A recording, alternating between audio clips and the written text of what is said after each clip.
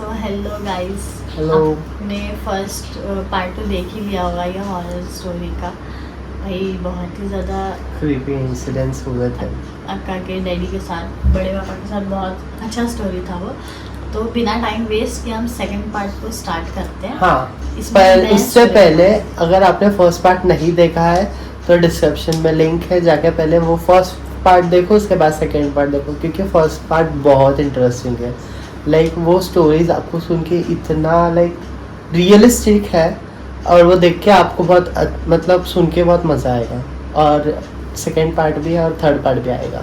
तो अभी ये सेकंड पार्ट में हम बिना टाइम वेस्ट के स्टार्ट करते हैं। सो गाइज, ये वाला जो इंसिडेंट है ना, हमारे गांव में हमारे एक चाचा जी है, उनके साथ हुआ था। वो एक्चुअली एक जीप ड्राइवर है, वो पूरे गांव में जीप चलाते हैं। तो एक बार क्या हुआ था कि वो मतलब नॉर्मली ऐसे ही जा रहे थे। वो कभी कभी नाइट में भी चला लेते थे जीप, वैसे कोई कोई फंस जाता था या फिर सो बेसिकली कैसे गांव में कैसे ऑटो रिक्शास नहीं होते, लाइक कैब वो सब नहीं होता, तो फिर एक जीप ड्राइवर होता है जो टाइम पे निकलता है, लाइक अपना बस टाइम में। हाँ लाइक कैसा बस रहता है, उनका टाइमिंग रहता है, वो सबको लाइक भर के फिर वो चला जाता है वैसा टाइप का एक साथ। तो वो वैसा ड्राइविंग करते हैं, तो उसके आगे का स्टोरी।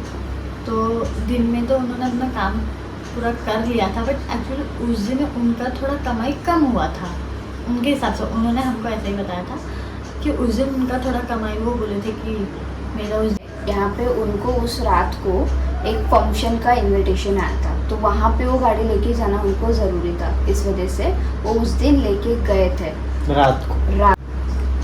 सो ऐसे उन्होंने सोचा कि मैं चला लेता हूँ कुछ और घंटे। उसके बाद वो चलाया, उन्होंने बहुत टाइम चलाया, रात हो गया था उनको अच्छा खासा, कुछ 2:30 या 3 PM कुछ हो गए थे, 3 AM सॉरी। सो वहाँ से जाते जाते ना उनको एक लेडी पैसेंजर दिखी, जो वैसे मतलब ऐसे जैसे हम लोग ऑटो को रोकते हैं वैसे वो रोकी। और वो रुके भी कि मतलब भाई नॉर्मली अभी कोई जीप वाला तो कोई भी रुकेगा ही ना कि हाँ भाई पैसेंजर है तो वो और भी गर्ल रुक है गए। तो ऑब्वियसली रुकेंगे, कोई हाँ। भी की मदद की ज़रूरत एंड है। ऑल्दो उनका कमाई भी नहीं हुआ था उससे, सो तो वो एक्चुअली घर की तरफ ही जा रहे थे, तो वहाँ पे उनको मिली। तो उन्होंने बोला चलो एक और पैसेंजर छोड़ देता हूँ। तो उन्होंने उनको पूछा कि आपको कहाँ जाना है, तो उसने हमारे गांव के जस्ट एक गांव पीछे का नाम लिया। हमारे गांव के जस्ट एक गांव पीछे ना एक गांव है, मुझे उसका नाम पता नहीं, क्या नाम, बेड़दुर्गी करके कुछ नाम है। बेड़जुर्गी। हाँ, तो उधर पे उनको जाना था। तो उन्होंने बोला अरे भाई ये तो मेरे गांव के रास्ते में पड़ता, तो छोड़ देता हूँ। तो उन्होंने बोला कि ठीक है आ जाओ, बैठो, मैं आपको छोड़ देता हूँ। तो ना वो लड़की जो थी ना, वो औरत, वो कुछ बोल नहीं रही थी, लिटरली वो एकदम चुपचाप शांति से बैठी बैठी थी। यस।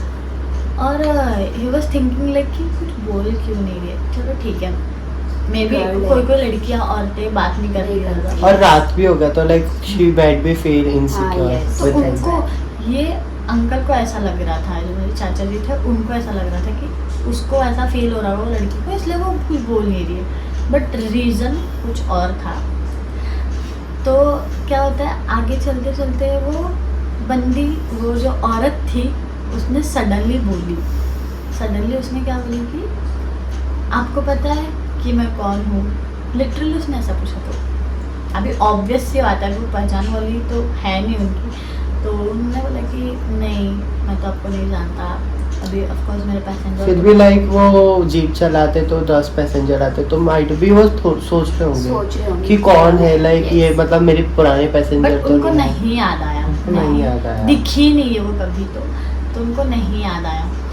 तो उन्होंने बोली कि आपको पता है क्या कि मैं इतने साल पहले मर चुकी हूँ। अभी मुझे कोई साल नहीं याद है कि उन्होंने कब बोला था, कितना साल वो अंकल ने, मुझे चाचा जी ने बताया था, मुझे याद नहीं है, बट समथिंग पकड़ लो 5-6 साल। उस औरत ने ये बोला कि मैं 5-6 साल पहले मर चुकी हूँ। तो वो सुन के ना उनको शॉक लगा, बट वो रुके नहीं। तो शॉक लगने के बाद ना उन्होंने कुछ रिएक्ट नहीं किया, क्योंकि उनको पता था कि रिएक्ट करेंगे तो उनके साथ क्या होगा, या फिर वो उतरने के लिए बोलेंगे तो उनके साथ क्या होगा, उनको अंजाम अच्छे से पता था। तो उसमें सुनाई देगा इसका कुत्ते का आवाज आ रहा है। चुप रहे। मुझे अपने घर जाना है। सो वो शॉक हो गए। शॉक होने के बाद ना बट उन्होंने ऐसा रिएक्ट नहीं किया क्योंकि उनको पता था कि रिएक्ट करेंगे तो उनके साथ क्या होगा। फिर वो उसको उतरने के लिए भी बोलेंगे।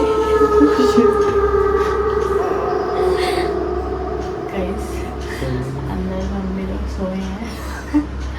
पता नहीं बाल्टी क्या भी वो हुआ। लोग उठाए। पता नहीं क्या आवाज़ आ रहा है, कुछ तो खट करके आवाज़ आ रहा है। मैं भी उनका हाथ वाथ लगा होगा कहीं से। सो हाँ, बैक टू स्टोरी।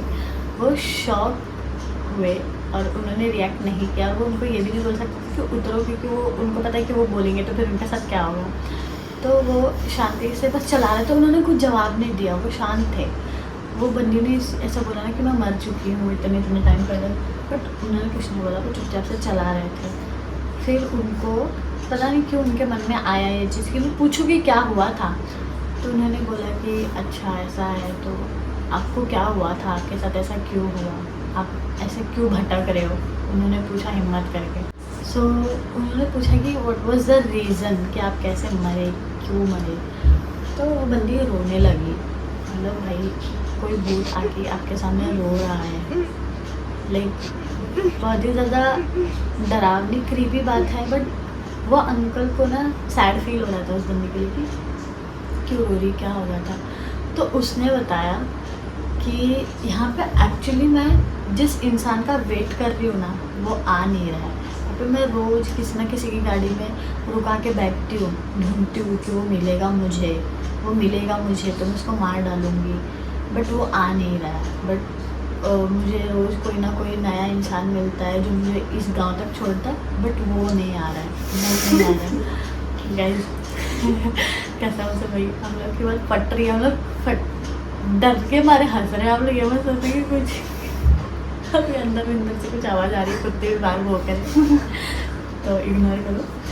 तो वो बंदा आ नहीं रहा है जिसका वो वेट कर रही है। मत करो यार, चुप रहो।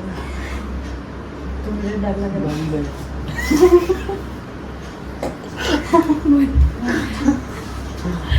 सो तुमने गाने की वजह से मत करो ऐसा। जिसका वेट कर रही थी तो वो तो आ नहीं रहे। तो फिर इन्होंने पूछा कि किसका वेट कर रहे हो आप, क्या हुआ, आप उसको मारना क्यों चाहते हो। मेन बात तो ये था, उनका क्वेश्चन ये था कि तो आप उसको मारना क्यों चाहते हो। तो इस बंदे ने बोला कि मेरी शादी हुई थी, शादी के कुछ 2 साल बाद उस बंदी को उसके घर वालों ने उसके हस्बैंड और उसके घर वालों ने मिलकर उसको मार डाला। किस रीज़न से मैं बताती हूँ। पहली बात तो वो लोग उसको सेक्सुअली अब्यूज़ करते थे, वो लोग नहीं, उसका हस्बैंड सेक्सुअली अब्यूज़ करता था उसको। सेकंड थिंग, दहेज के लिए उसके सारे घर वाले उसको टॉर्चर करते थे। वो उसका हस्बैंड, उसके भाई बहन, मतलब हस्बैंड के भाई बहन, उसके पेरेंट्स, सास ससुर जो भी थे, सब लोग उसको बहुत मारते पीटते थे दहेज के लिए। तो उस बंदी के साथ ऐसा हो रहा था, ये लोग उसको रोज़ मारते पीटते थे दहेज के लिए। और शी वाज लाइक कि मेरे पेरेंट्स के पास जितना था उन्होंने दे दिया। Yes. जो कि हर बंदी के पेरेंट्स करते ही, भाई खुद की बच्ची ना खुश रहे ऐसा कोई नहीं चाहता है। तो उसका यही था कि मेरे पेरेंट्स के पास जितना था उन्होंने आपको दे दिया, तो अब इससे ज़्यादा तो मैं कुछ दे नहीं सकती। भांडी गिरा के लिए प्लेट गिरा ना, ओके।